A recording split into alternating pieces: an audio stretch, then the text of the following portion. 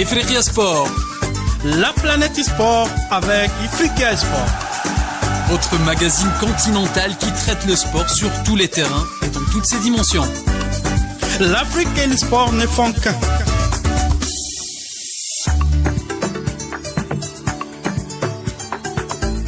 Salutations l'Afrique, Salama Nagadef Mboy Ndjaraman Ayo à tous les auditeurs de Ifriqiya FM, nos auditeurs présents dans notre cher continent, mais ceux de la diaspora qui nous suivent sur les réseaux sociaux et aussi sur notre application. Pour vous rappeler, elle est téléchargeable via toutes les plateformes. Vous pouvez écouter Ifriqiya FM en continu. J'espère que vous êtes en forme en ce jour de printemps et du mois de Ramadan, le mois sacré qui est venu, qui est là, qui est notre invité. Nous sommes aussi ses invités. Alors nous, les sportifs, on s'adapte. On va dire chaque année, on a ce débat-là par rapport aux sportifs professionnels et amateurs. Est-ce qu'on pratique le sport, on garde l'intensité? Ifriqiya FM, elle est là pour répondre à des questions. Chaque semaine, on va dire, nous abordons, comme d'habitude, des thèmes en relation avec la problématique sportive. Comme j'ai dit au début, la problématique, c'est est-ce qu'on pratique le sport pendant le Ramadan et à quelle intensité? On va vous répondre à Ifriqiya FM. Mes amis, on est là pour vous servir.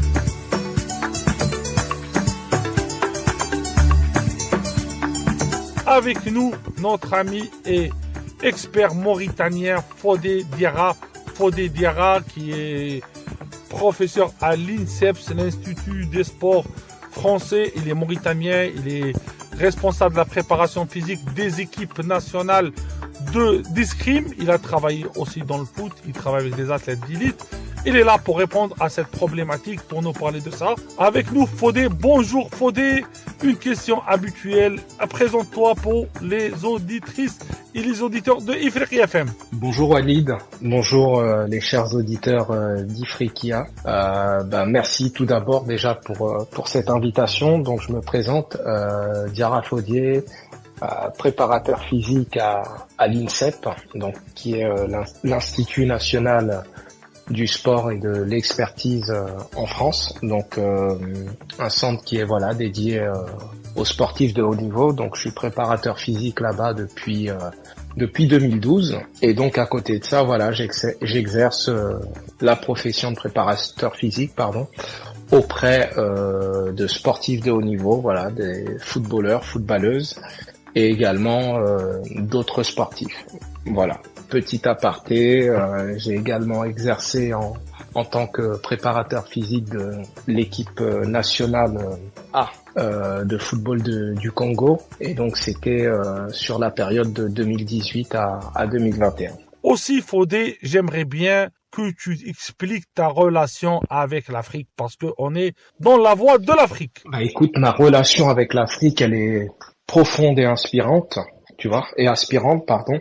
Et c'est une relation qui, par la richesse culturelle, par la richesse au niveau sportif, au niveau des talents intrinsèques, et également par la richesse de mes origines, fait que ma relation avec l'Afrique est une relation très sincère. Fodé, quelle est ton analyse sur le football dans notre cher continent? Concernant le football africain, je suis extrêmement ravi de voir comment il se développe.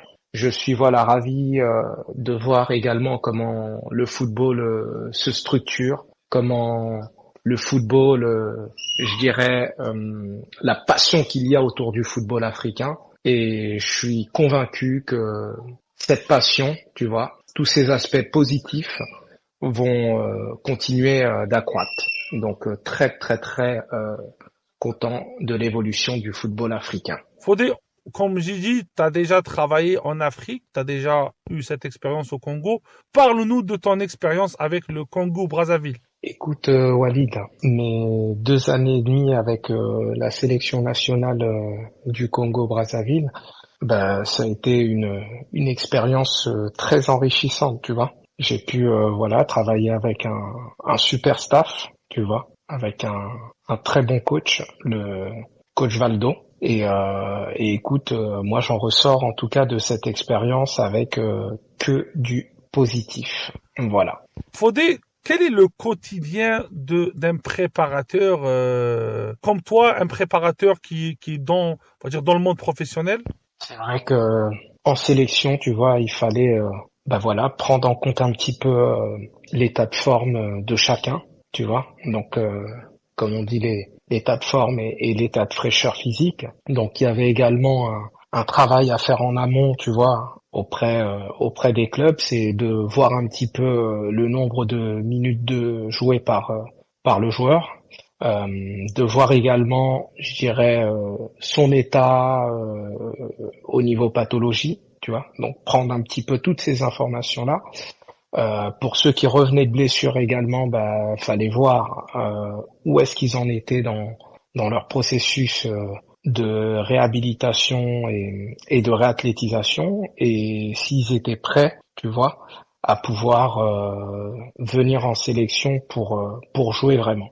Voilà. Donc il y avait à la fois ce petit travail en amont à préparer et le travail sur les semaines où on avait les matchs, où là c'était déjà de voir un petit peu, tu vois, par rapport au déplacement, par rapport à quand est-ce que chacun arrive, tu vois, au niveau du regroupement, parce que t'en avais qui arrivaient dès le début, t'en avais d'autres des fois qui arrivaient avec 1 ou 2 jours en retard, et en fonction du moment où était le match, ça demandait de l'individualisation au niveau de la prépa. Voilà. Donc il y avait à la fois le moment d'arrivée, et puis comme je t'ai cité juste avant, tous ces éléments sur la fraîcheur, le nombre de minutes et l'état de forme. Fodé, rentrons dans le vif du sujet, le mois de Ramadan sacré. Quel conseil tu donneras aux athlètes africains et aux praticiens du sport dans notre cher continent? Tu vois, concernant le Ramadan, c'est bien parce que tu vois, aujourd'hui, c'est un sujet sur lequel on peut réellement discuter. C'est un sujet qui est également pris en compte, même s'il n'est pas pris en compte partout. C'est un sujet quand même sur lequel les clubs sont vachement attentifs et essayent également de mettre leurs joueurs dans les meilleures dispositions. Donc aujourd'hui, les joueurs, les joueuses, ils ont plus besoin de jeûner en cachette, tu vois, et de dire je jeûne, est-ce que ça aura des répercussions, tu vois, par rapport à mon entraîneur ou mon coach. Donc ça déjà, cet aspect-là, il est très positif. Autre chose que je peux rajouter, c'est un moment aussi où on peut s'entraîner, parce que tu vois, le corps humain est quand même solide et a une forte capacité d'adaptation. Donc ça, il faut bien l'entendre.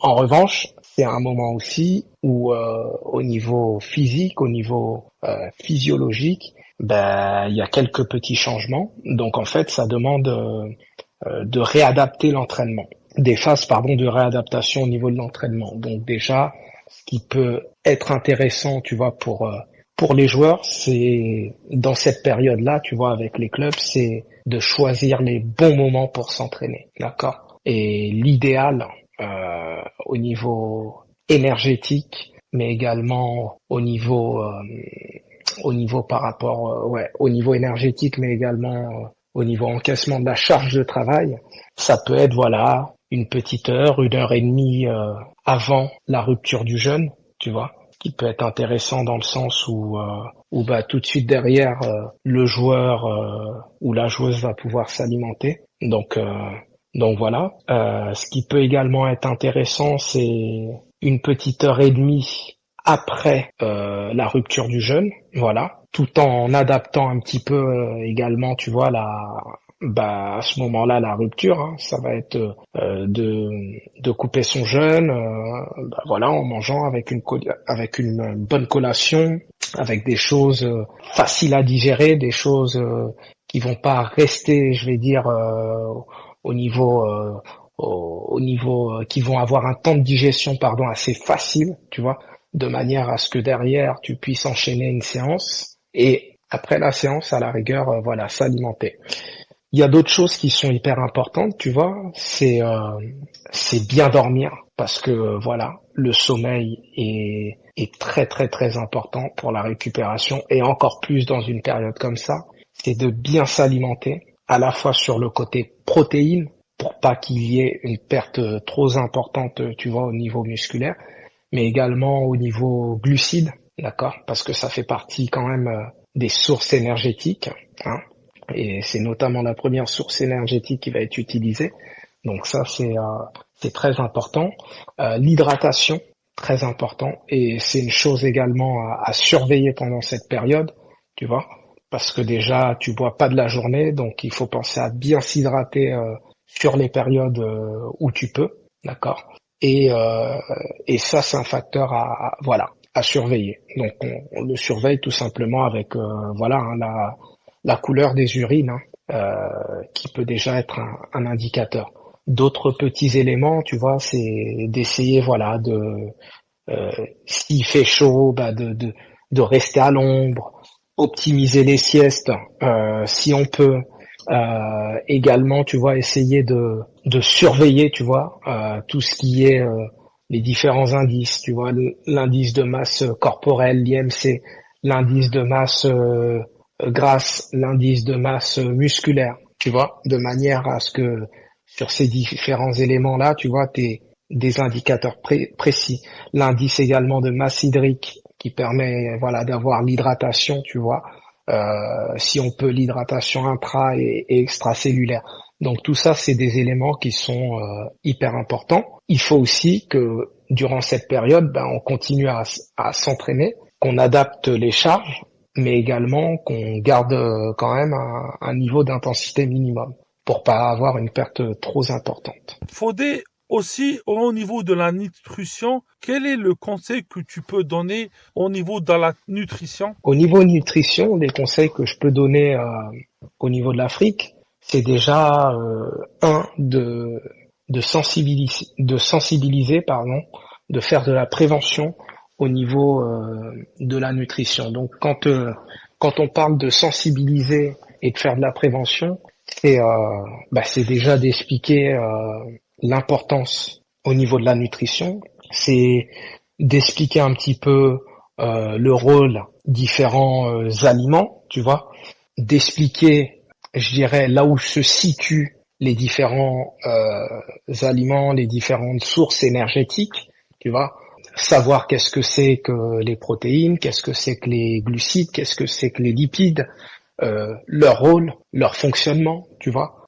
Donc ça déjà pour moi c'est important, mais également c'est de mettre, tu vois, un transfert entre l'alimentation et le sport. C'est-à-dire que qu'est-ce que l'alimentation ou qu'est-ce qu'une bonne alimentation va apporter dans le sport, tu vois. Donc pourquoi c'est important d'avoir des protéines, tu vois.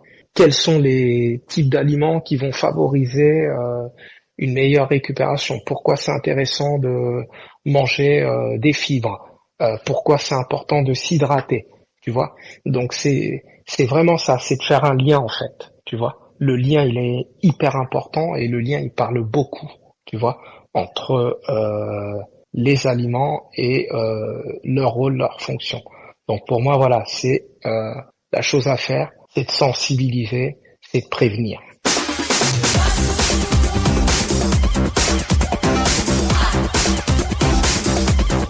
Pour vous rappeler, mes amis, on a avec nous Fodé Diarra, mauritanien et expert en nutrition et en préparation physique pour répondre à cette problématique Ramadan et sport.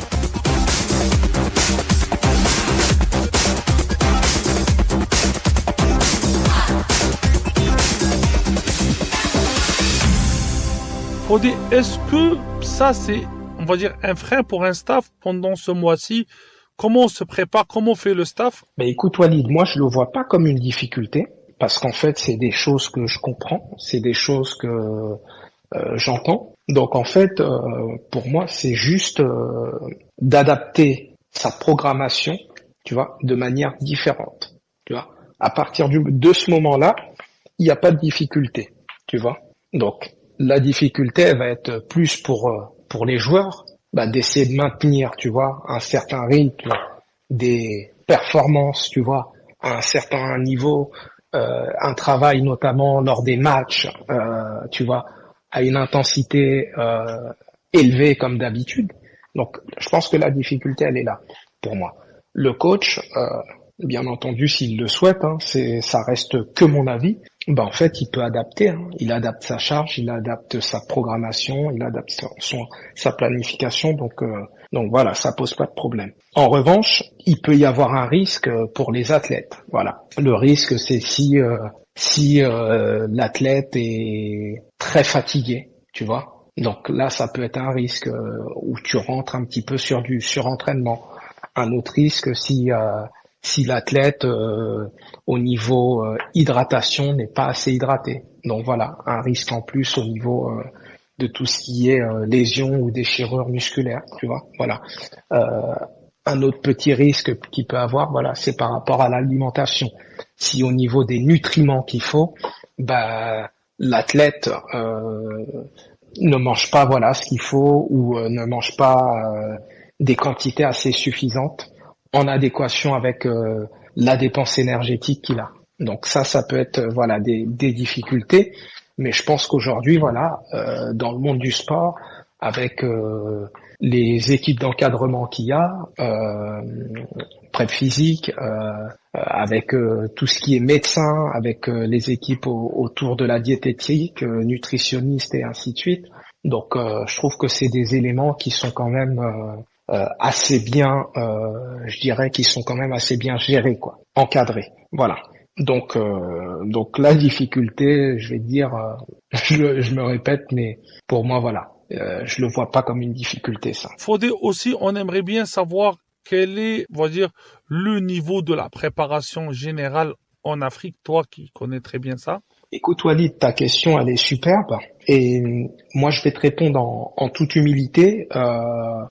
Aujourd'hui je suis pas en état, tu vois, de jauger le niveau de préparation physique en Afrique parce que déjà j'y suis pas au quotidien, tu vois. Donc pour pouvoir faire un constat, tu vois, je pense qu'il faut quand même un minimum, tu vois, être à l'endroit, tu vois, ou avoir quand même, je dirais, des éléments factuels qui te permettent de dire toujours, voilà, on est toujours sur une question d'avis, la préparation physique ici, je pense qu'elle est comme ceci ou comme cela, voilà.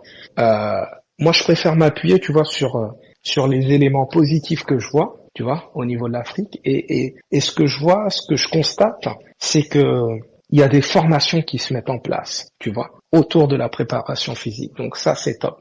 Ce que je constate, c'est qu'aujourd'hui, il y a de la demande de se former autour de la préparation physique. Donc ça, c'est hyper positif. Je constate également qu'il y a plus en plus de préparateurs physiques européens qui vont travailler en Afrique, tu vois. Donc je trouve que c'est une avancée, tu vois. Une autre avancée, pardon. Et ce que je peux dire également, c'est que je constate, tu vois, par exemple sur des compétitions comme la CAN, il y a d'autres compétitions en Afrique, que le niveau au niveau de l'intensité physique, tu vois, au vu des conditions qu'il y a, est quand même très élevé, tu vois. Donc je trouve que oui, il y a des choses encore à mettre en place, il y a des choses encore à structurer, hein. Mais ce qu'on peut retenir, c'est que les choses avancent. Fodé, est-ce que tu penses que le manque d'infrastructures est-il pénalisant pour l'athlète africain? Tu vois, par rapport à cette question que manque aux sportifs africains, moi, pour avoir été, au Congo, mais également pour avoir un petit peu voyagé dans l'Afrique avec la sélection et ainsi de suite, tu vois, ça c'est une question, tu vois, à laquelle je peux te dire que au niveau des infrastructures, tu vois, je pense que c'est des choses qui manquent, tu vois. Voilà, clairement. Je pense, et quand je te parle d'infrastructure, je parle aussi bien des terrains, tu vois, que par exemple des infrastructures où tu vas pouvoir faire de la préparation physique, tu vois. Donc des salles de musculation, tu vois. Ça, c'est des choses, tu vois, qui pourraient sur du court terme, voire du moyen terme, permettre au football africain, au sport africain d'avancer, tu vois. Donc, je pense que voilà, il y a un réel besoin au niveau des installations. Quel est le conseil que tu peux donner, Fodé, toi, aux sportifs en général? Le conseil que je peux donner aux jeunes footballeurs et aux jeunes athlètes, tu vois, footballeuses également, c'est de travailler, tu vois. L'autre conseil que je peux leur donner, c'est que la réussite, tu vois, souvent, on nous montre que le côté réussite, mais avant tout ça, il y a du travail. Donc, travailler, d'accord? Le dernier petit conseil que je peux leur donner, c'est de croire en leurs rêves, parce que tout est possible avec le travail, d'accord? Tout est possible également quand on croit en soi, hein? C'est de ne pas se fixer des limites. Voilà un petit peu, tu vois, les petits conseils que je peux donner. La préparation au football, quelle est sa spécificité, Fodé? Mais écoute, pour moi, Walid, la préparation physique au football, bah, elle n'a pas forcément une spécificité, mais tu vois, elle se caractérise par son intensité et toute sa diversité, tu vois. Parce qu'au niveau du football, et quand on prend encore plus le football d'aujourd'hui, ben, t'as besoin d'être endurant, voilà. T'as besoin de vitesse, d'accord. T'as besoin d'être agile. T'as besoin d'être coordonné, tu vois. T'as besoin, au niveau cognitif, de prendre des décisions rapidement, c'est-à-dire de faire la passe rapidement, de déplacer rapidement, tu vois, de faire le bon appel de balle rapidement, tu vois. Donc en fait, je trouve que l'après physique aujourd'hui, bah au niveau du foot, c'est quelque chose de très complet, tu vois. Tu peux pas avoir qu'une qualité physique, tu vois. Et c'est une chose également, tu vois, au niveau de la prep physique qui va varier en fonction de ton club, des exigences du club, c'est-à-dire du schéma tactique de ton coach, tu vois. T'as des coachs qui vont être portés plus sur des schémas, des styles où tu percutes beaucoup. Donc là, il vaut mieux que tu aies des qualités de vitesse, tu vois, des qualités à aller vite en compte, tu vois, vite se projeter vers l'avant et ainsi de suite. Donc en fait, c'est la prépa physique, elle dépend d'énormément de choses, tu vois. On peut pas la singulariser, tu vois, juste par des qualités physiques, tu vois. Il y a l'ensemble des qualités physiques, tu vois, que je t'ai citées, et il y en a d'autres, hein, tu vois. Et également, il y a le club, tu vois, ou le coach avec lequel t'évolues, qui fait qu'également, dans le jeu, tu vois, dans son schéma tactique, il te demande plus certaines qualités physiques que d'autres, tu vois. Ça veut pas dire pour autant que t'as pas besoin de toutes les qualités physiques, tu vois. Voilà. On revient aussi sur le sacre de la Côte d'Ivoire. Parle-nous ce que tu as vu dans cette CAN. Écoute, Walid, le sacre de la Côte d'Ivoire, c'est juste magnifique, tu vois. Au-delà, je dirais du grand sacre et du joli sacre que c'est, je trouve que ça a été une leçon également de vie, tu vois, une leçon de vie pour chacun, tu vois, parce qu'après les poules, faut pas oublier que la Côte d'Ivoire a failli être éliminée, qu'il y a eu un changement d'entraîneur et puis au final, il remporte la Coupe d'Afrique des Nations. Donc tu vois, ça veut dire que rien n'est jamais fini et tu vois, c'est une belle leçon d'humilité également, tu vois, parce qu'ils ont pas lâché, tu vois. Et ça, c'est le genre d'exemple, tu vois, qu'on devrait donner à nos jeunes. C'est exactement ce type d'exemple-là, en termes d'expérience de la vie. C'est qu'en fait, tout n'est pas toujours linéaire. Il y a des hauts, des bas. Le plus important, c'est ça. C'est comment est-ce qu'on se relève des échecs et comment est-ce qu'on va de l'avant. Et dans le haut niveau, c'est ça, hein, parce que t'as pas tout le temps des hauts, hein, et c'est comme dans la vie, ça varie. Mais comment est-ce que tu te relèves de tes échecs, comment est-ce que tu vas de l'avant, voilà. Donc moi je trouve que derrière leur sacre, il y a une superbe morale de l'histoire. Fodé, et le niveau physique et tactique de la CAN, comment il était? Écoute Walid, je trouve qu'au niveau physique, il y a eu énormément d'intensité. Donc j'ai apprécié. La deuxième chose que je trouve hyper intéressante, c'est que il y a eu du jeu. Donc les joueurs ont vachement couru, se sont beaucoup ont beaucoup participé, au jeu offensif. Donc ça, j'ai trouvé ça intéressant. J'ai trouvé également intéressant le fait que les joueurs qui évoluent en Europe s'adaptent et s'acclimatent rapidement, tu vois, à ces conditions climatiques, tu vois, parce que pour certains, c'est pas des conditions habituelles. Donc je trouve que voilà, la bascule, elle s'est faite rapidement, et dans le jeu, tu vois, on n'a pas senti de différence entre les joueurs qui évoluent sur le continent et les joueurs qui évoluent en Europe.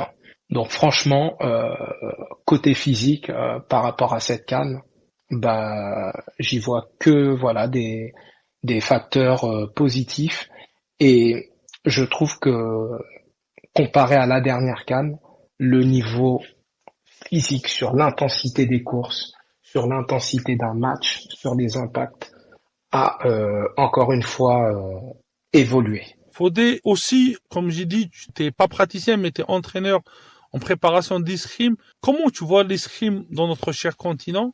Je pense, Walid, qu'au niveau de l'escrime en Afrique, tu sais, on en revient, je pense, à tout ce qui est développement, tu vois. Donc le football, c'est populaire en Afrique, c'est le sport, tu peux en faire partout et ainsi de suite. Et l'escrime, c'est un sport qui est pas forcément populaire en Afrique, qui est pas forcément développé, tu vois, au premier abord. Hein. Je pèse mes mots dans le terme développé. Ça veut dire que c'est pas là où il y a le plus de budget, c'est pas là où on voit le plus, tu vois. Donc en fait, je pense que ce qui peut être intéressant, au niveau africain pour développer l'escrime, c'est déjà, tu sais, c'est comme tout, hein, c'est d'en parler, c'est d'expliquer, c'est de montrer, c'est de mettre des actions en place autour de l'escrime, c'est de mettre des choses qui présentent l'activité, qui la mettent en valeur. Donc ça, c'est déjà un premier pas. Et après, c'est d'avoir les infrastructures pour, tu vois, l'encadrement pour.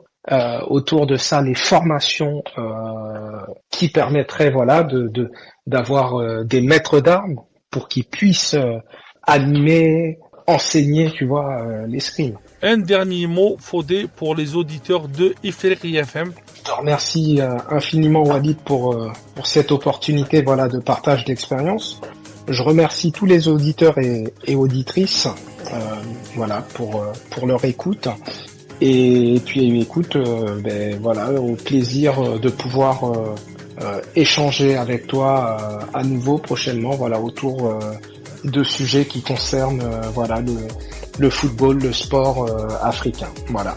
Je te souhaite une bonne soirée et une bonne soirée aux auditeurs et auditrices. Merci. Merci Fodé Diarra, expert prof à l'INSEP, l'Institut national des sports en France. Il est aussi mauritanien, il a travaillé avec le Congo, il connaît l'Afrique, il a gagné beaucoup de compétences sur l'international. On te remercie de ta disponibilité, Fodé, et c'est un plaisir de t'avoir avec nous. C'est la deuxième fois que tu passes avec nous. Pendant le mois de Ramadan, on a aimé donner des conseils aux praticiens du sport en Afrique au niveau préparation et aussi au niveau nutrition.